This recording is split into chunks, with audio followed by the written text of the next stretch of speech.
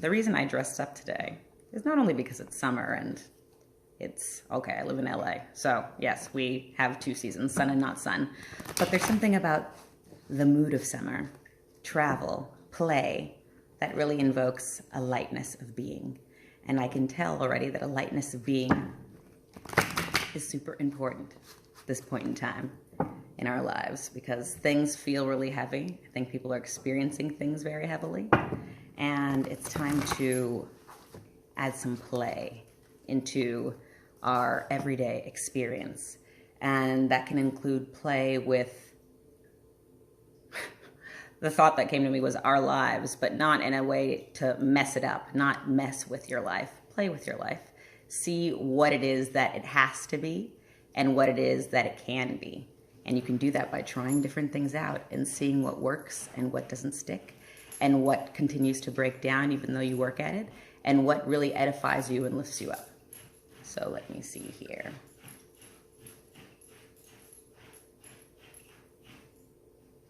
Two more times. Wait. Okay. They exploded. And the card before us. Yo, this is amazing, because this I have been talking about.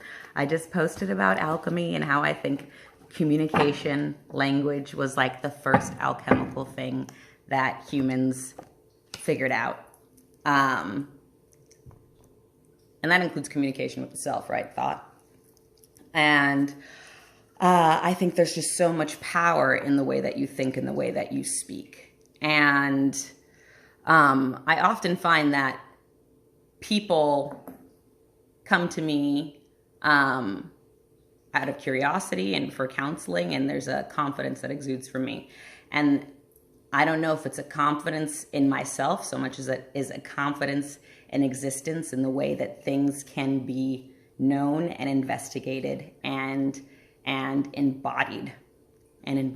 That is why I find the origins of words so interesting, because I want to have integrity. I want to know what I mean, and I want to mean what I know. And if those things can be reconciled and I can go forth positively and without messing with anybody, then all the better. So, our first card, Floral Mandala, again. One, it represents the crown, the top chakra, the top of the head, and I am wearing a crown, or a ring around my head. It's interesting because I think that it has to do not so much with the brain and the skull and the physicalness of the head, but the fact that this is where the processing and the registering happens. Obviously, your body experiences things differently. If you're blindfolded and you walk into the water, there's a sensitivity that comes through your skin, and then that communicates to your brain, and through your brain you process what that is. But this is like the I was going to say heart, but what I wanted to say was caboose of the house. This is the thing that we depend upon, and we sit on, and we rest our laurels on, and we use to propel ourselves up. So your brain, your mind, your thoughts, what you tell yourself, what you allow yourself to experience, what you allow your mind to talk you out of. I actually was just thinking of this as I was doing my makeup, because I'll get a little bit closer. It's not my strongest ability, but I wanted paint on my face, and I messed up the first time in my judgment, and I was like, I'm not going to do this anymore. And my mind almost that quickly talked me out of just playing around, just trying something. Also talked me out of ever trying to figure out how to do makeup, because if I just talk myself out of it the first time I mess up, I'm never going to get to any sort of skill set with it, or I'm always going to have to get it done. So the mind is interesting because for the most part, it's just this processor. It processes things, and it filters experience, and it logs experience, and it brings things up, and that can be obviously a very useful thing. It got humans from grunting at the floor to, being in buildings and driving around in cars. But not that that's like the pinnacle of what society is great at, but you know, we got a lot of work to do right now. But what I mean by that is just like the brain, you walk your brain around. And even though it is your processor, it cannot walk itself around.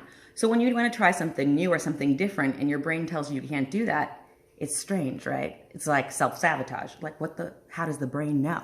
It hasn't done the thing that you thought about doing because you haven't done the thing you've thought about doing. So how would the brain know that you can't do it?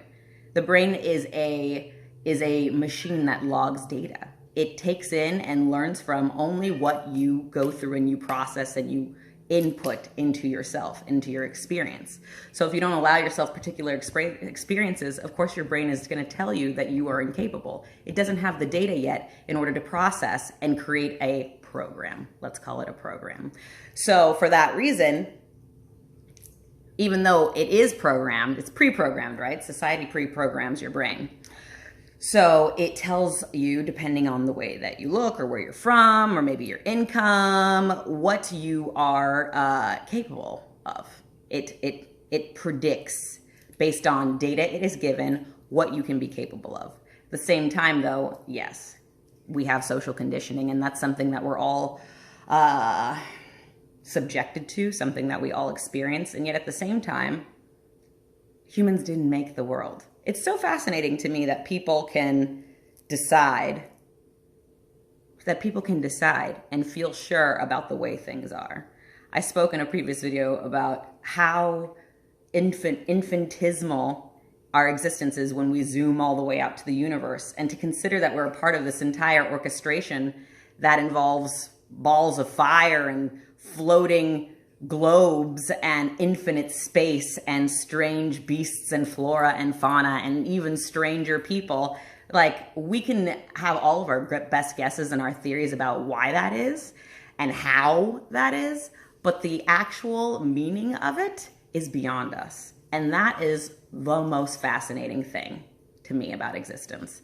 That no matter how much there is to learn and how much there is to process and how much there is to know, the majority of it is outside of your ability to mentally process.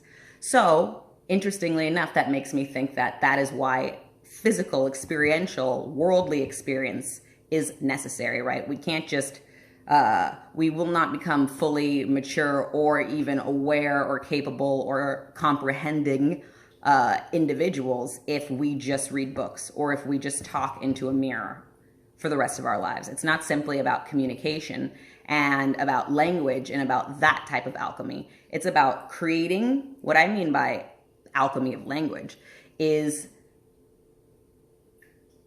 all right, I'll tell an anecdote that I usually say to my friends, and in that way possibly embarrass myself. Oh, kitties. So however humans came down, I know some of people believe that it was aliens, and other people believe that we were critters of the sea who done evolved and crawled out on Earth's bellies and slithered and then walked and then crawled and then climbed into trees and then climbed out of trees. However it is, let's just say that when we all arrived here and were capable of recognizing that we arrived somewhere, we didn't share a language. So to me, what's alchemical is that someone, something, some entity, some being looked at the ground and was trying to communicate something about maybe a plant growing, but had no word for ground and had no word for plant. Now, some people think that when we were more animalistic, we had the more, I'm going to call it telepathic, but sensory knowledge that animals have. Like when you see a flock of birds all go in one direction in the sky, even though they're not making any noise for that particular purpose, that they just have this sensitivity to each other. But the moment that we took the leap into a different kind of experiential and special process was the moment that someone was like looking at the ground and grumbling and moaning, not because I was imitating anybody of any particular mental capacity at all, but because I assume that cave people grunted. Maybe that's really biased, but that's fine that they did. So it was just, and then out of that somehow that person arrived at ground. And from that, a complete understanding and an expanded communication and concept developed where someone differentiated ground from sky and actually could speak to that experience and to that acknowledgement and to that thing that they are living by. This ability to turn what is happening to you into something that you can then make decisions about, not only on your own, but along with others. This is the alchemical process of language and conceptualizing and creating concepts. I mean, the number of things that we believe in today that aren't even true of the natural world are infinite. That people need to be wearing certain kinds of clothing, even though we all came in from a mother butt naked and completely ignorant of the ways of the world. But people have decided arbitrarily all these years later that actually women should be wearing this and men should be wearing that. I mean, heels were created for men, rich men, but for men all the same. And that trend changed. But it was a decision made that seemed practical at one time and impractical at another. There's no there's no universal imperative of how to be dressed. I mean, we made the clothing, so we made what clothing is for up. No one made us clothing. We made it for ourselves, so we decide what it's for, right? So people it's interesting, people allow the crown to rule them, but they're not ruling from the crown. They're ruling from, interesting. They're ruling from the shadow of the crown. And the shadow of the crown is, let's say, knowledge that has already been passed through, that is now depended upon.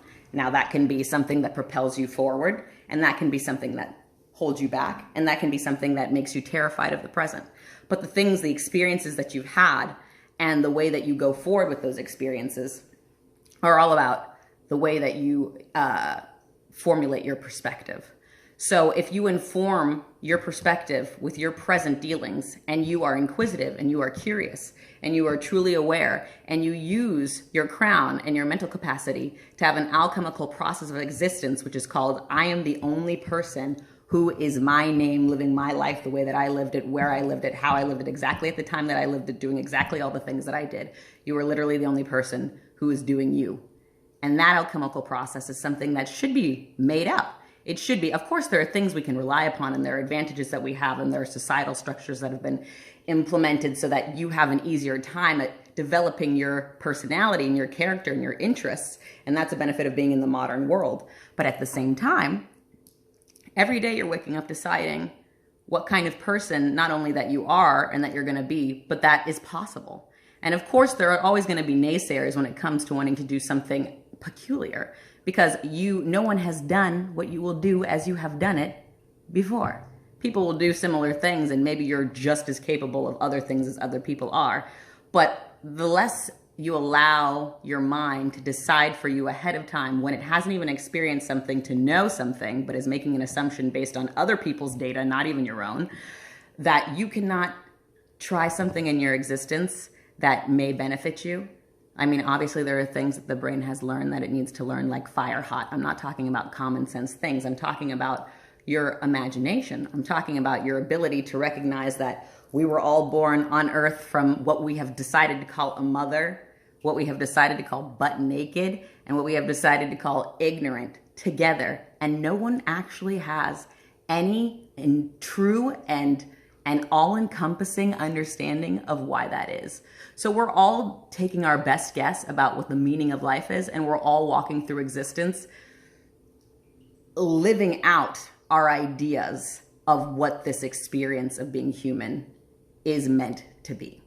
So why I get this is that we need to be thinking more right now about what we want our lives to be. Not the things that we want to acquire, not the things that we want to achieve, but the things that at the end of the story, chapters that you'd actually want to recount, like your journey, the hero's journey, but your journey through existence. The chapters, they don't have to be written out in detail. They don't even have to be numbered, but they should be outlined, and there should be certain trajectories that we have that exist outside of humanity and what humanity has decided life is. The reason that there's white here in this image is because we're talking about spiritual trajectory. We're talking about when we pass through the gates of the other side of existence called death, not knowing where we go to, just like we don't know from whence we came. What will we have remembered in our life about the way that we decided the human experience is and who we get to be as individuals in that experience? And then this is a very simple directive, but I think actually it's not a simple directive. It's simple to say and not simple to do. I saw the yellow, and yellow is for the social chakra here. And I just heard be kinder to people. People find this extremely difficult. And I think obviously the way that you treat yourself is a reflection of the way that you treat other people. The amount of patience that you have for yourself is the same amount of patience that you have for other people. But kindness, which I believe comes from kindred, and kin, maybe Celtic, unfortunately. I already tried this one time when I had tried to look up a definition and then my video stopped, and I'm not old sleuthy McSleutherson. So, I'm not going to check, but I'm going to check. No, I'm not going to check. You know what I mean by kindness, compassion. Recognize that everybody is doing their best. And even if their best is atrocious, have compassion for the fact that that person, like, atrocious is as good as they can do. And, maybe have a little humor about that. Not laugh at them, but just recognize that the absurdity of the world is that everybody out here trying to do their best, not knowing ultimately what the fuck is going on. Also trying to figure it out, trying to be sure of things. Internally, always doubting, always questioning. Externally, trying to make their mark and cut out their space in the world. So being, having a personality that shows up in a certain way and teaches people certain things. And all at once, all these lives are just combining in different ways, doing this all together all at the same time. I mean, it's fascinating. The very least, it's fascinating. So maybe not have so much anxiety about the fact that this is the way life is, and have a little bit more curiosity and interest in how life has become this way. Because the more inquiry we have, the more that we treat people with the alchemy of our species, the more that we relate from that thing that made all of us capable of speaking with opinions and singing and doing all these things that ancestors weren't capable of, and thinking things that ancestors never thought possible. This is true not only of history or of time, but also of individuals. Time as we know it is made up of our conception of individuality, and it is going to continue to change and continue to develop. I've said to a few people recently, change is constant. We just pretend that things aren't different. And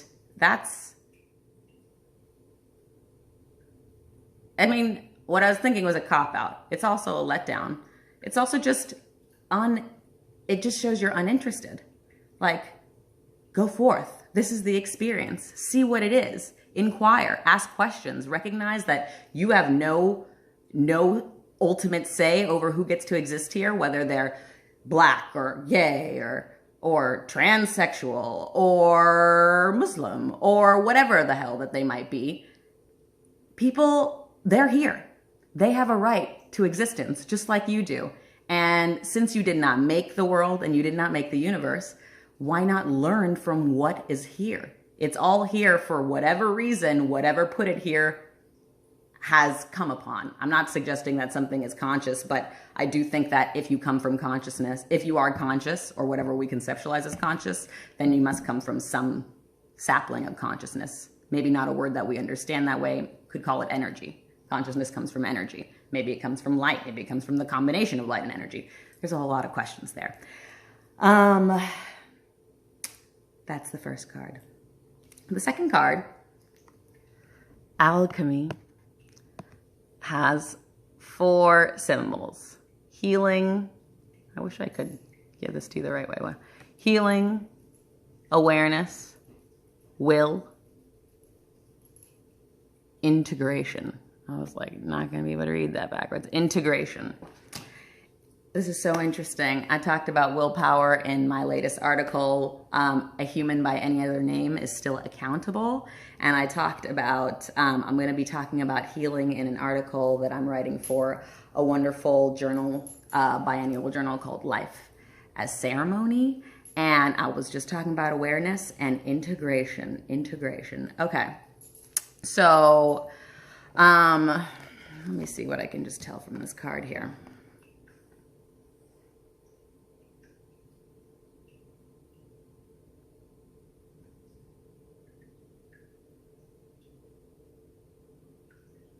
Okay. Well, first of all, to me, it's not this, I don't think. But to me, these look like elephant heads. Then we see the male embracing the feminine in a repose that isn't dominating. So he is also in his neutral masculinity.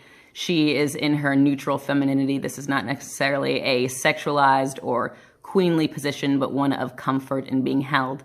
And then we have this angel being who is, you could one say, holding them up, imbuing them, uplifting them. Then we have the diamond. The four-sided shape often represents the world, the corporal world, the fourth dimension, right? And fourth dimension being time. And and then we have greens and oranges. It just, to me, immediately before I even read the thing, speaks to me about basically finding the sacredness of your existence and honoring that sacredness. I think that people, it's very easy to allow ourselves to see the way that human beings treat each other as a reflection of what life is. And it's only a part of the reflection of what life is. A river is also life. A beetle is also life. I don't know. I mean, spiderweb, I could go on. These things, stars in the sky, all these other physical things are happening around that are a reflection of life. And humanity is not the only thing that can beget awareness. And actually, it would not be possible because we didn't start in societies. Awareness was cultivated over a amount of time, and it was cultivated from a world that was unknown and wild and strange to whoever arrived here early on and, was the first person up to bat with consciousness and recognizing that they had a day before and they had a day now, and perhaps they would have a day tomorrow. And when the past, present, and future consciousness came together for that individual ancestor of ours who then begat human beings. I think I was talking about sacredness, the sacredness of existence. The first sacredness of existence is that we are one part of this ongoing process. And it's unknowable in all of its complexities, and yet it allows for us to be here considering it, and it allows for us to be better or worse, and we're not struck down by lightning as a result. And I think that sort of compassion, that sort of sympathy that existence has, some people would call it indifference. I would prefer to call it neutrality. Indifference sounds like too human of a personality to me, or like a description for me. But having a neutrality about what you do and don't like, and recognizing that existence is giving you an experience that it is only made for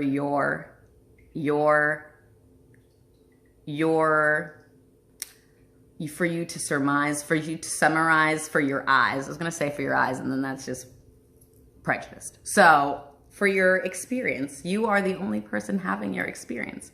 You have been allowed this thing to create with and to learn with and to know with and to relate with. And there's like a huge gift in that. There's nothing to resent about that. Yes, humans fall short of many things very often, but we will only become capable of more if we recognize not so much the divinity, but the sacred right of being alive. I mean, there is a majesty to even being allowed to have an awareness to recognize anything. I mean, it's incredible. And it's easy to get mired down in the 9 to 5 in the way that humans have constructed daily experience. But that is just one world in so many other worlds happening.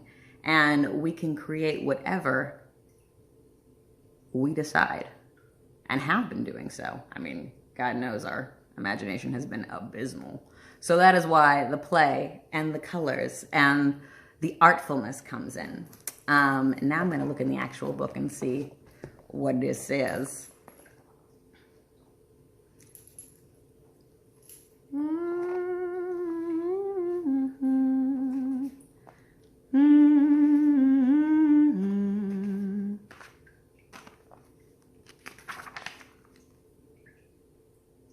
The questions with this card are: how can I penetrate to and heal past wounds? How can I become conscious of the deepest layers of my being? How can I integrate the unknown in my life and realize the alchemy of the fusion of opposites? And then I'll just skip ahead to the affirmations really quickly. I transmute negativity by placing love in the center of my life. If you don't like that, you can replace love with freedom, because freedom is origin word means to love, and love's origin words means desire. So I transmute negativity by placing freedom in the center of my life. I am committed to the path of healing and loving my other half within, the shadow side. I integrate antagonistic, opposite views by empathizing with others while being true to myself. I would change empathize with sympathize, because empathize means to be in feelings and sympathize means to be with feelings. And we don't want people to be in their feelings. We want people to be experiencing what they're experiencing and still being able to connect and relate to other people. I integrate antagonistic, opposite views by sympathizing with others while being true to myself. And I face whatever I need to of the past and bring it into the light. I suppose I'll just read it. I don't think it's going to take me that long. Story time. You can now handle any negativity around you by deflection rather than by absorption. Just say no. Just say you don't have to suffer. There's enough hardship that will take place just as a basic combination of all the things that are going on around you, including just osmosis of chaos, which is just bodies and possibilities and natural disasters and all those different kinds of crazy experiences that can go on around you. And then there is the drama that you engage in yourself, the scripts that you adhere to, the beliefs that you decide are more important